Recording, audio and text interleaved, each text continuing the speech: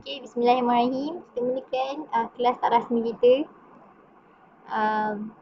Okay, soalan dia bagi flowchart dan awak kena convert ke prosedur code. Jadi, benda pertama, kita kena tengok keyword. Keyword dia kat sini. First awak tengok kotak dia dulu. Awak tengok kotak ni. Kotak yang dia bagi ni. Kotak dia jenis input, output ataupun proses. Yang kedua, awak tengok keyword yang dia bagi ni. Sama ada display atau read. Okay, untuk kotak input dan output, which is satu je dia punya input dengan output ni, dia punya shape dia sama, iaitu kotak rectangle yang sangat bengek tu. Kalau di display maksudnya dia adalah output. Dia output.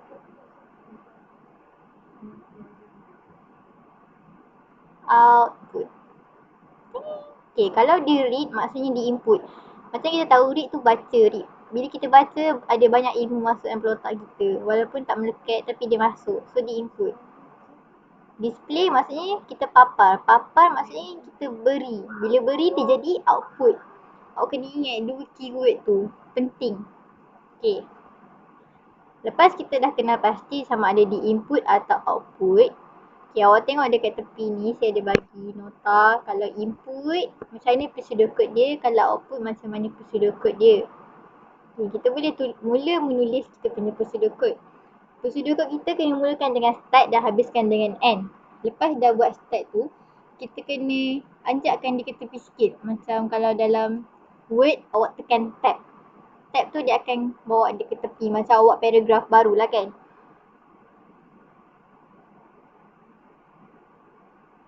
Okay, display. So, kita type lah. Sebabkan dia punya keyword sama dengan prosedur code, kita type by display. Dan kita kena buka quotation mark.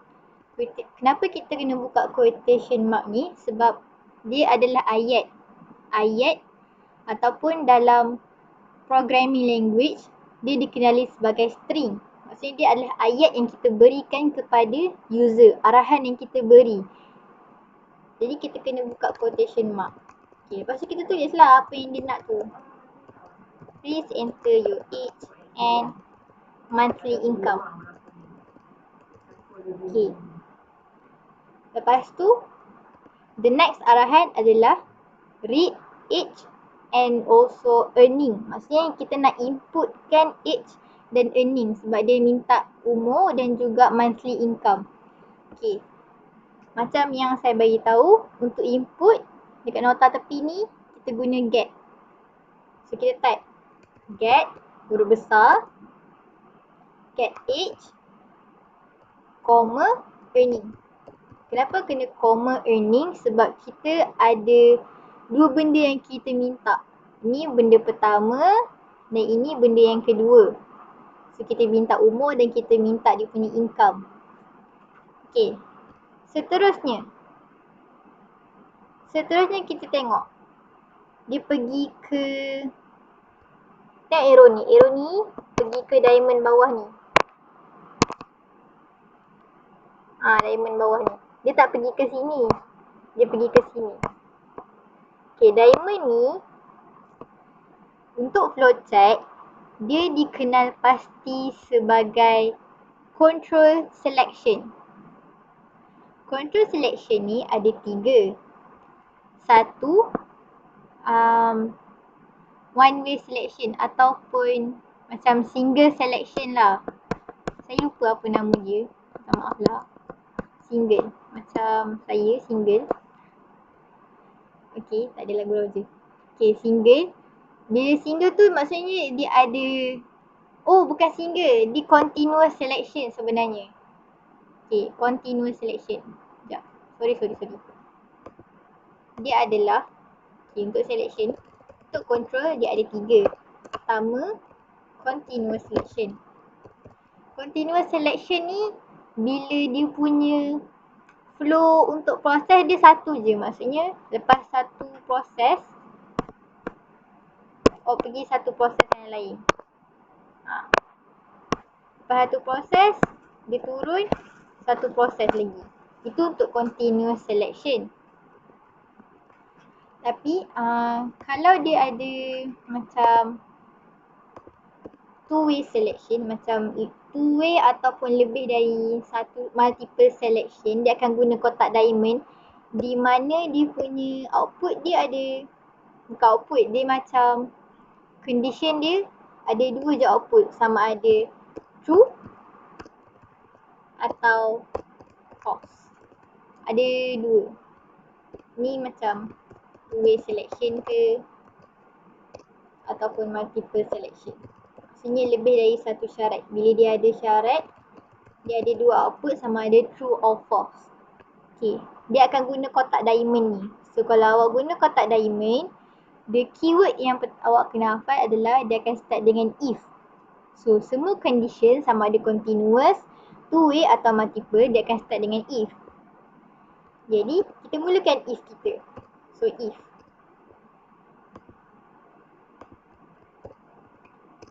huruf kecil boleh, huruf besar pun boleh. Okay, if kita tengok syarat dia apa. If age more than, sabar. Okay, if age more than 21, more or equals 21, and nampak tak n double ni? Nampak tak n double ni? Okay, n double ni kalau saya bagi penerangan sikit, kalau awak dah tahu tak apa, kalau awak tak tahu saya bagi tahu. Okay, n ni kenapa dia tak nak bergerak? Okay, n2 ni dia bermaksud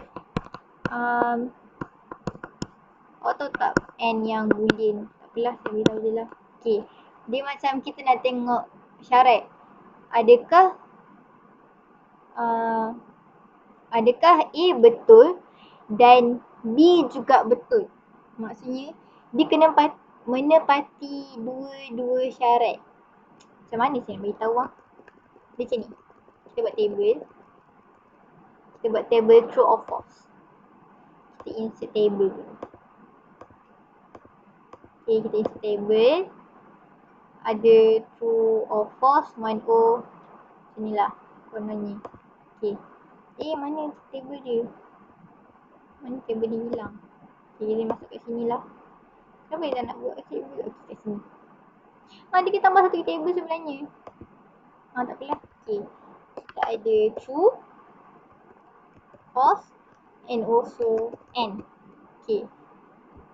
Copy ada dua. Okay, kita tengok antara n ataupun or.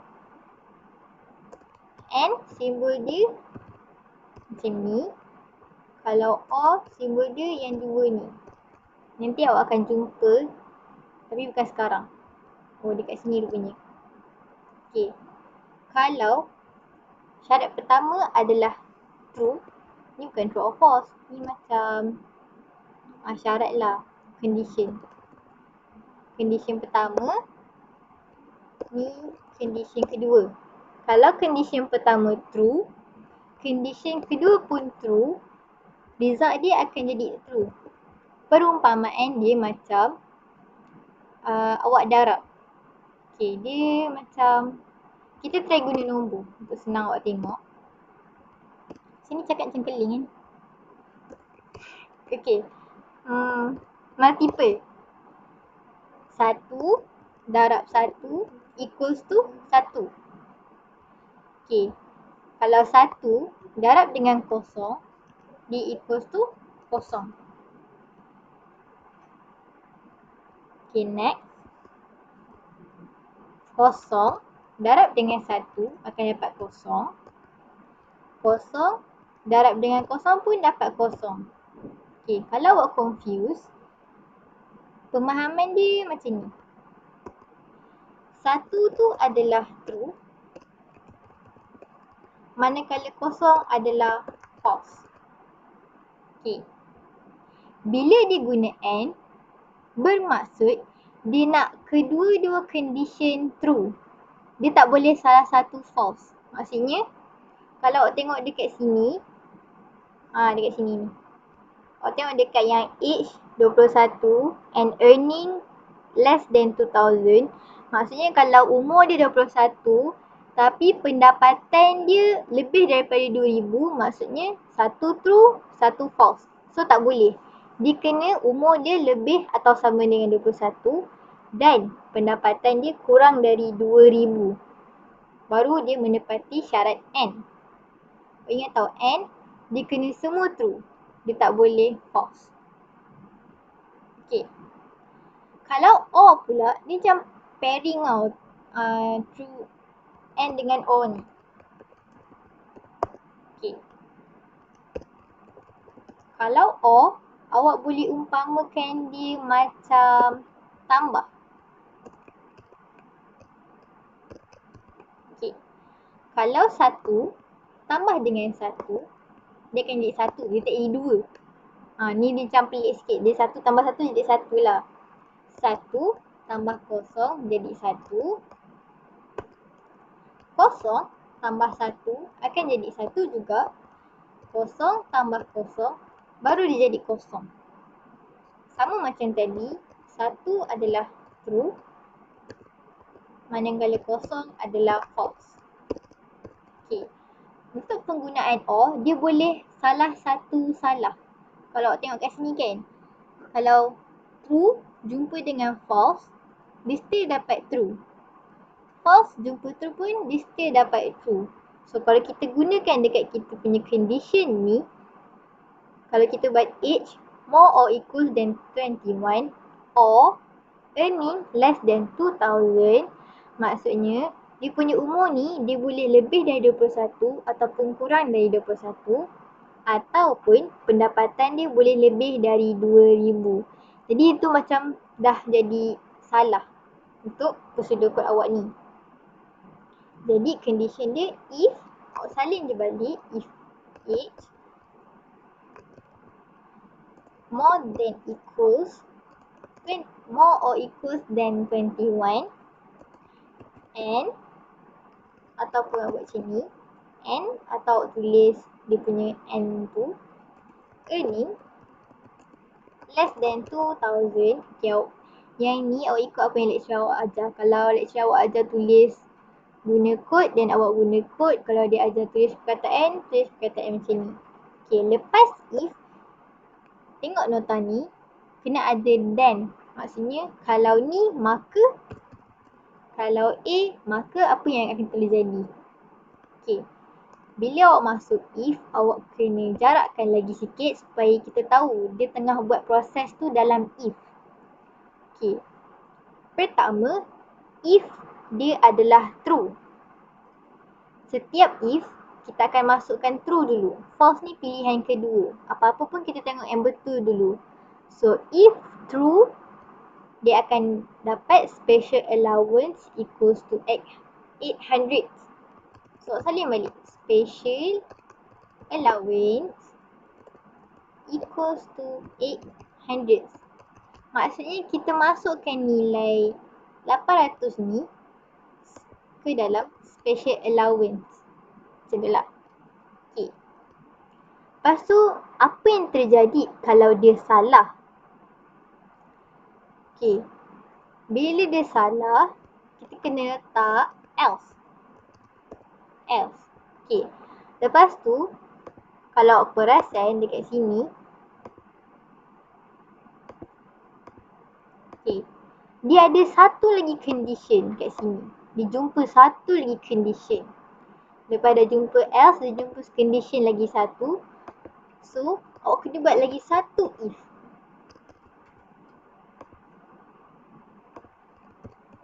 If lagi satu. Okay, kita salin balik condition dia. If age more or equals than 21 and earning less or equals than 4,000. Then, jangan lupa then ni penting. Awak tak boleh tinggal. Kalau tinggal awak salah. Okay, apa jadi kalau condition tu betul? Dia akan dapat special allowance sebanyak RM500. So, bagi tahu lah kat sini. Special allowance equals 500. Okay. Awak tengok sini, huruf kecil Ni pun huruf kecil. Saya ikut sebiji-sebiji macam yang ditulis dalam flowchart yang dia bagi. Sebab kalau kita salah tulis, even huruf besar kat depan ni sekalipun, dia tetap akan jadi salah. Dalam programming, huruf kecil dengan huruf besar ni adalah case sensitif. Maksudnya dia sangat sensitif. Huruf besar, kalau letak huruf besar kat sini, dia akan membawa maksud yang lain. Okey. Lepas tu kita tengok apa jadi kalau false. Kalau false, dia akan turun ke special allowance equals to 0. Okey, kotak yang awak tengok ni adalah proses juga. So, dia masih lagi dalam proses. So, awak buat lagi satu else dekat bawah ni. Else, dia akan dapat special allowance equals to 0. Nampak tak? Okay. Lepas dia false kat sini, apa penghabisan dia? Okay, awak tengok arrow ni, lepas dia true, dia akan terus pergi dekat display ni. Ni pun sama, dia akan terus pergi display ni. Kalau false, dia akan display, sorry you are not eligible. So, buat lagi sikit. Satu lagi display dalam else ni, display, sorry, you are not eligible. Untuk else, bila dia tak menepati kedua-dua syarat ni. Syarat pertama, syarat kedua, dua-dua bukan kategori dia akan pergi dekat else yang terakhir. Dia special allowance dia akan nampak kosong dan dia juga akan display sorry you are not eligible. Okay, yang arrow yang saya tunjuk ni, yang dua arrow daripada true ni, dekat mana nak letak dia punya display ni? Okay, bila kita dah habis else, kita kena tutup if ni. Kalau tengok ni, saya buat an if, ni pun saya buat an if. Kita kena tutup. Maksudnya, kita dah tak masuk dekat syarat. Okay, awak kira berapa banyak if yang awak tulis. Ini if yang pertama, ini if yang kedua. Jadi, kena ada dua and if. And if yang pertama, and if yang kedua. Okay, awak tengok. Saya tulis sebaris. If yang pertama mula dekat sini, and if dia pun berakhir dalam garisan yang sama. If yang kedua bermula dekat sini, and if dia pun berakhir dalam garisan yang sama. Cara ni mudah untuk awak tengok supaya awak tak tersalah tulis sama ada awak terkurang and if ataupun terlebih and if. Itu boleh jadi satu kesalahan dan markah awak akan ditolak. Okay. Nak tulis benda ni, display yang lepas dia true adalah selepas and if. Ini awak tulis selepas and if. And if. Okay. Tulis kat bawah ni. Kita dah habis and if, kita tulis kat sini. Display. Dia nak display. Display special allowance equals to RM. Okay. Awak tengok sini. Nampak tak? Dia ada koma. Dia ada koma kat sini. Lepas tu, dia ada special allowance yang sama macam dekat atas ni. Sama juga macam dekat sini. Tulisan dia sama. So, tengok kat sini. Allah peliknya. Okay, itu bermaksud dia panggil balik special allowance yang dia dah set ni tadi. Special allowance kosong ke, special allowance 500 ke atau special allowance 800. Sebab dia dah simpan nilai-nilai yang dia tulis ni dalam special allowance. So, dia panggil special allowance. Dia macam awak simpan barang dalam kotak dan bila awak nak tahu, awak ambil balik kotak tu dan awak buka apa isi dalam kotak tu. Sama juga macam dekat bawah ni. Dia panggil balik kotak special allowance ni dibuka dan dia suruh bagi tahu dekat user berapa nilai dalam kotak special allowance ni. Lepas tu and dah habis. Okay. Ini je dia punya prosedur kod dia. Dah habis. Okay. Ni keyword dia. Saya highlight keyword yang awak kena ingat. Keyword pertama untuk display. Keyword untuk get. Keyword untuk if. Lepas if kena ada then. Kalau lepas je then, habis je if kena ada else. Tapi kalau setiap kali if kena ada else. So if lagi kena ada then, jangan tinggal. Lepas tu else. Lepas tu output, display. Lepas tu kena ada and if. And if ni wajib letak selepas habis if. Lepas tu last kali dia output. Dan akhir sekali dia and. So start dengan and ni wajib tulis. Wajib setiap kali awak mula dan setiap kali awak habis prosedur kod awak letak and ni. Dah habis. Kalau tak faham, tanya. Sekian, terima kasih.